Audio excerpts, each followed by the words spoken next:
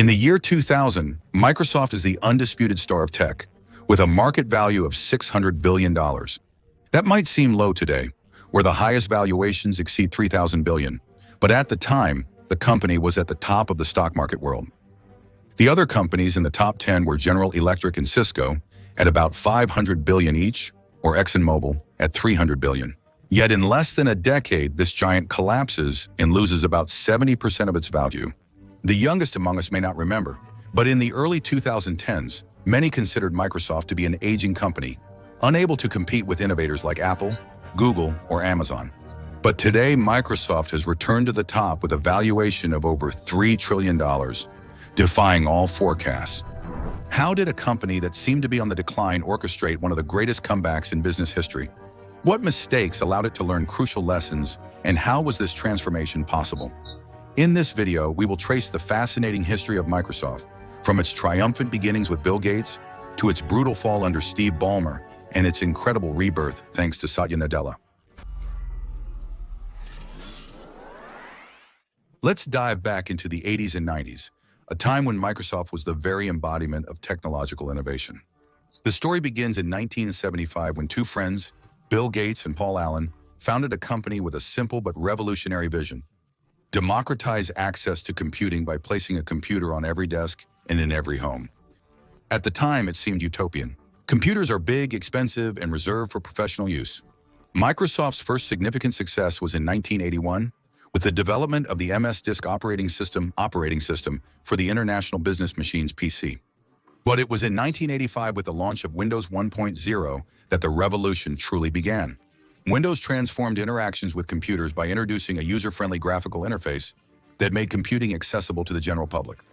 Microsoft becomes a giant with the worldwide success of Windows 95 and its iconic Start button. The Microsoft Office suite quickly establishes itself as an indispensable standard by combining Word, Excel, and PowerPoint into a single unique solution. This domination over software is unprecedented. By the end of the 90s, Windows equips 90% of personal computers worldwide and crushes all competition. But Microsoft's ambition doesn't stop there. The company is going to diversify and enter new markets such as web browsers with Internet Explorer and gaming consoles with the Xbox. As I was telling you in the video about Nintendo, this product marks Microsoft's entry into consumer electronics, where it starts competing with Sony and Nintendo. Despite the spectacular success, weaknesses are emerging. Microsoft, focused on PC domination, misses major technological evolutions like the rise of mobile devices and the web. Microsoft leads, but cracks are showing. This is where the difficult period that will mark the Ballmer years begins. In 2000, Bill Gates hands Microsoft's leadership to his longtime right-hand man, Steve Ballmer. He is an excellent manager but lacks the same vision for the company's future. Under his leadership, Microsoft will experience stagnation, strategic mistakes, and a lack of innovation. One of the most striking examples of this era is Microsoft's inability to understand and take advantage of the mobile revolution. In 2007, Steve Jobs unveils the iPhone and redefines what a phone can be, followed by Google and Android in 2008. Microsoft remains stuck in the past with Windows Mobile, an operating system that seems designed for a bygone era. Slow, unintuitive, and neglected by developers, Windows Mobile fails to rival iPhone and Android. In 2014, Ballmer makes a last attempt by buying Nokia for $7.2 billion and hopes that this acquisition will allow Microsoft to catch up. But it's a monumental fiasco. Nokia, formerly a market leader, is in decline due to poor management of the integration with another company. For more information, check out my video on the subject linked in the description. This mistake had not only cost Microsoft billions, but it also tarnishes its reputation in a sector that is booming. Microsoft has also fallen critically behind in cloud computing. Long before the cloud became central, Amazon launched Amazon Web Services in 2006, establishing itself as the leader in this emerging market. Meanwhile, Microsoft remains focused on its flagship products, Windows and Office, and is slow to invest heavily in Azure, its own cloud solution. This strategic delay will put the company in a defensive position against Amazon, and it will take years to catch up. At the time, Microsoft was also hindered by a corporate culture that had become too cumbersome and bureaucratic. Strategic decisions are frequently made too slowly, and innovation is hindered by overly complex internal processes. Microsoft's rigidity will hinder its ability to swiftly adapt to market shifts, such as the emergence of tablets, social networks, or the transition to subscription models like those made popular by Netflix. Microsoft will also pay the price for its monopolistic practices of the 90s. In 2004, the European Commission fines the company a record €497 million for abuse of dominant position. The company is accused of tying Windows Media Player to its Windows operating system, hindering competition. Additionally, Microsoft denies its competitors access to interoperability information, putting them at a market disadvantage. But this is just the beginning. Over the following years, the company accumulates a total of €2.24 billion in fines in Europe. These sanctions, although modest compared to Microsoft's annual profits, will weaken its public image and pave the way for competitors like Firefox and Chrome in the browser field. While the world is embracing mobile and flexible technologies, Microsoft appears stuck in the past. Windows and Office remain huge revenue generators, but over-reliance may hinder investments elsewhere. By focusing on these two pillars, Microsoft neglects booming sectors such as mobile, cloud, and online services. But be careful, not everything is to be thrown under the soothing air. The Xbox, launched in 2001, becomes a major success for Microsoft, particularly the Xbox 360 that dominated the gaming market for years. In addition to this, some investments that were made by the boss of the time, such as the initial development of Azure, would lay the groundwork for the company's future revival. From 2000 to 2009, Microsoft's market value plummeted from $600 billion to around $140 billion, a staggering 70% decline. Many believe Microsoft is doomed, incapable of reinventing itself in a world led by Apple, Google, and Amazon. Yet this dark period is not useless. Microsoft's failures will make it confront its flaws and revise its strategy. This introspection set the stage for a dramatic shift led by Satya Nadella. Unlike giants like BlackBerry, which Romain talked about in a video, Microsoft was going to reinvent itself and write one of the biggest comebacks in the history of modern business. In 2014, Satya Nadella is going to take the helm of a struggling Microsoft. The company remains profitable, but appears stuck in a cycle of stagnation. Its model, which is based on Windows and Office, still generates significant revenue, but its inability to innovate and its lag in new technologies make it an outdated company.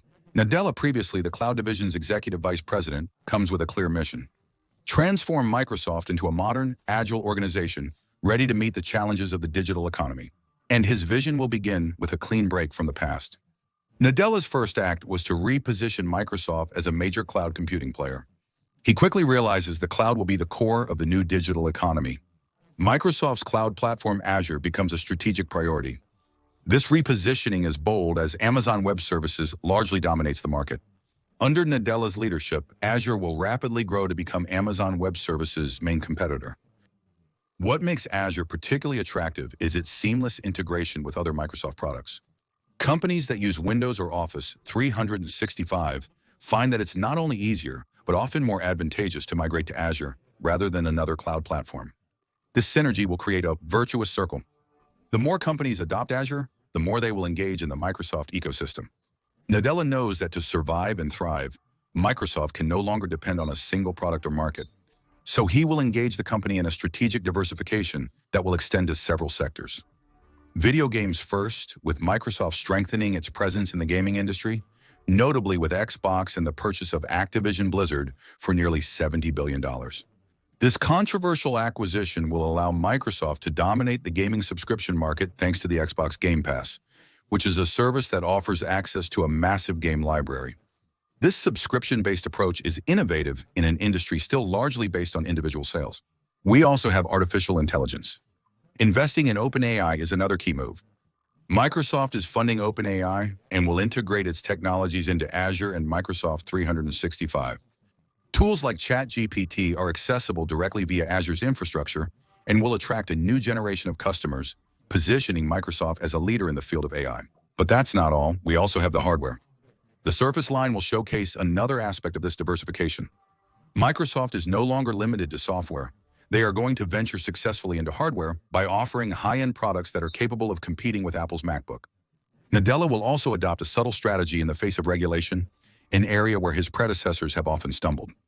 Rather than directly acquiring companies like OpenAI, Microsoft will favor quasi-mergers. These are strategic partnerships that will allow him to exploit the technologies of other companies while triggering a minimum of alert among regulators. The acquisition of Activision is a perfect example of the complexity of this strategy. Despite being heavily contested by several jurisdictions, particularly in Europe and the US, the transaction was ultimately validated. Nadella adeptly incorporated licensing agreements to retain access to key franchises and also transferred cloud gaming assets to Ubisoft. All this to avoid giving the impression of being in a dominant position. But perhaps Nadella's greatest achievement is the cultural transformation he has brought to Microsoft. Under his leadership, Microsoft has transformed from being perceived as rigid and arrogant to becoming a model of openness and collaboration. Nadella promotes collaborations, even with rivals. For instance, he integrated Linux into Azure, which was inconceivable during the Ballmer era, reflecting this new mindset. This openness will foster a culture of innovation and allow Microsoft to move beyond mere survival to become an undisputed leader in the technology industry. Despite its successes, Microsoft still faces challenges. Its growing dependence on sectors such as AI or the cloud will expose the company to risks. As channel subscribers know, no tech giant is invincible in the world of technology. And that, Nadella knows very well.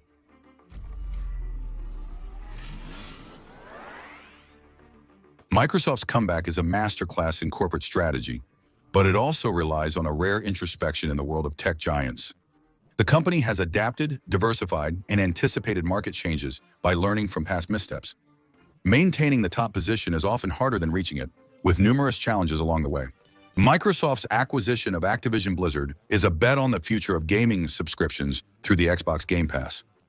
However, the sector is highly competitive, and players like Sony and Tencent could challenge this lead. Microsoft must keep innovating, especially in user experience, to turn this chance into long-term success. There are also Microsoft's rivals like Google, Amazon, and even Apple who have not been idle. Google is heavily investing in its own cloud ecosystem and in AI tools like Bard or Gemini, while Amazon continues to dominate with Amazon Web Services. Several emerging startups are already disrupting market dynamics. Microsoft's major challenge will be maintaining its technological lead while avoiding complacency. Microsoft's past missteps have led to heightened caution with regulators. As governments aim to rein in big tech, the company must remain cautious in its approach. Its swift AI expansion is raising suspicions. A misstep could lead to expensive probes and hinder its progress. But what sets Microsoft apart today is its ability to learn. The company continuously experiments, adapts, and rapidly adjusts its course. To achieve long-term success, the company must remain agile and steer clear of the pitfalls of excessive centralization or overconfidence.